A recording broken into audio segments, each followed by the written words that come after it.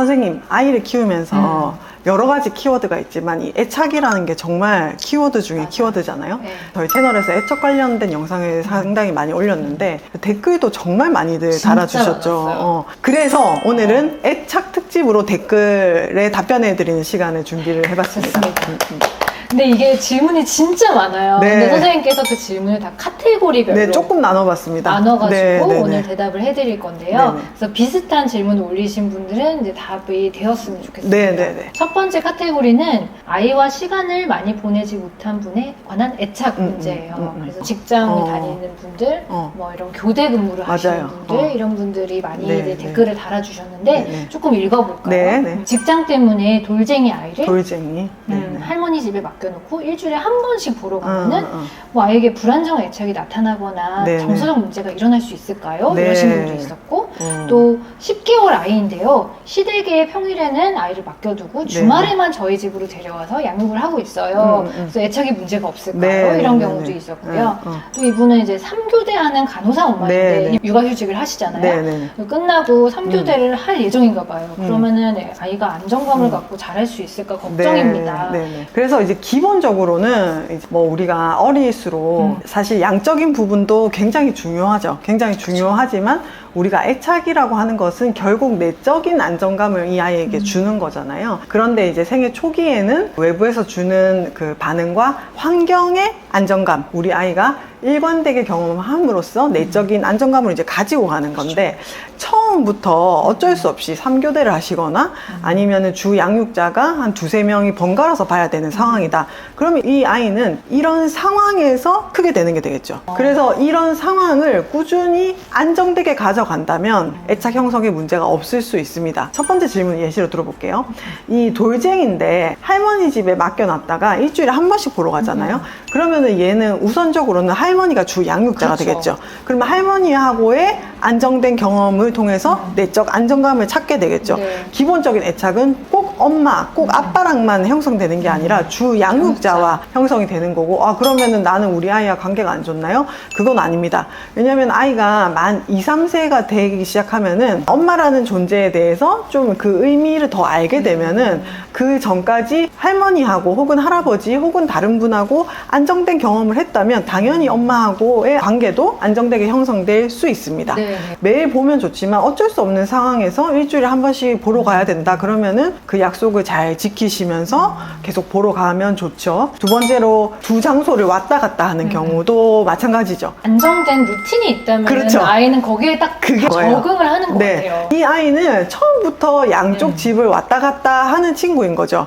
이 집도 내 집이고 저 집도 내 집인 거죠. 그러니까 일관성이라고 하는 거는 정말 잘 세팅된 환경을 그대로 유지해야 된다기보다는 이 아이가 처해진 환경 속에서 아이가 예측 가능한 거를 제공해 주는 게 중요해요. 그리고 이제 관계 속에서도 아, 내가 이렇게 했을 때 이 주 양육자나 엄마는 이렇게 해줘. 이게 관계에서 일관성을 예측하게 되잖아요. 그럼 장소도 마찬가지예요.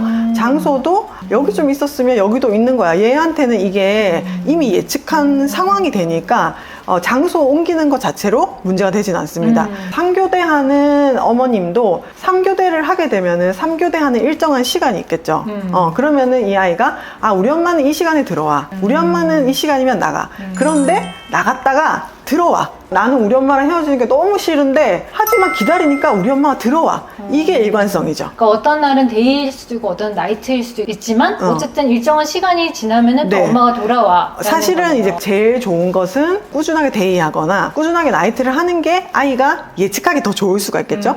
근데 선생님 말씀처럼 이게 간호사 선생님뿐만 아니라 정말 이것보다 훨씬 들쑥날쑥한 스케줄을 가지고 계시는 분도 그것도 있죠. 있어요. 그러면 아이가 조금은 더 혼란스러워 할 수는 있습니다. 그렇지만은 그것만으로 필연적으로 우리 아이하고 나하고가 불안정하게 된다고 저는 생각하진 않아요. 그러면 이분의 그 절절한 댓글을 네네. 한번 볼게요. 네. 이제 지금 7개월 된 아이를 키우고 계신데요. 근데 지방에 계신 친정 엄마한테 아이를 맡겨야 되는 상황이에요.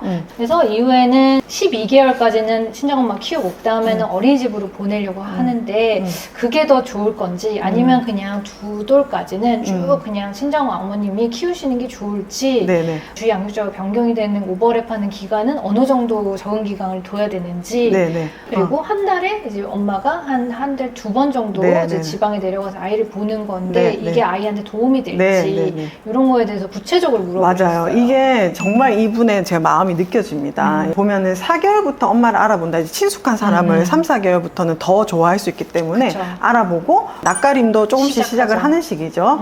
그리고 어머님이 들쑥날쑥 일을 하긴 했는데 밤에는 항상 있었다. 아이는 이 환경에 익숙해져 있겠죠. 그쵸. 그런데 이제 그 다음이 이제 지금 문제죠. 7개월부터 12개월까지는 친정엄마한테 무조건 맡겨야 되고, 맡기고 그 다음에는 데려와서 어린이집에 보낼지. 보낼지 아니면은 그냥 쭉 친정엄마만 보게 할지인 거죠. 이거는 사실 정답은 없습니다. 저는 이제 이런 분 상담을 꽤 많이 받아봤는데 제가 애착은 관계라고 말씀드렸잖아요. 엄마가 아이를 자주 못 보면 엄마도 애착 형성이 어렵습니다.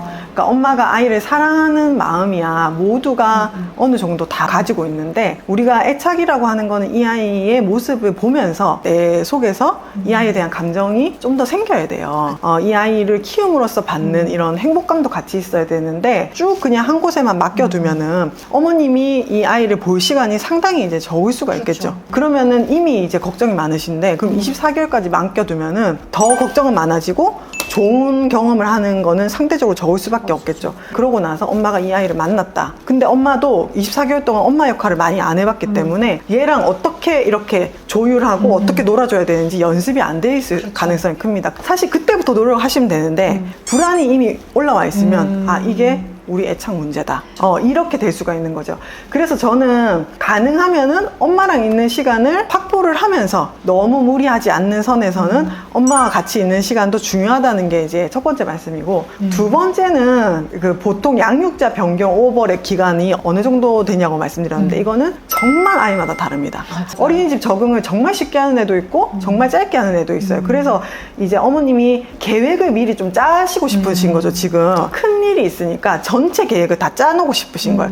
지금 7개월인데 2돌까지 계획을 짜고 싶으신 거죠. 맞아요. 근데 이렇게 짜려고 하면은 불가능합니다. 맞아요. 그래서 원칙을 세워주시는 게 중요해요. 첫 번째는 내가 일정하게 시간을 두고 아이를 보러 가겠다. 그래서 한 달에 2번이라도 당연히 도움이 됩니다. 당연히 어머님이 보시는 게 중요하고 직접 가지 않더라도 영상통화 하시는 게 중요하고요. 그건 아이를 위해서도 그렇지만 초반에는 엄마를 위해서 중요하고요. 일단 7개월부터 12개월까지는 친정엄마한테 맡겨야 되죠. 그쵸. 맡기고 그때 다시 생각하시는 거예요. 그 다음에는 맞아요. 24개월까지 너무 계획을 촘촘히 세우시진 마시고요. 이 두 가지를 원칙으로 하시고요.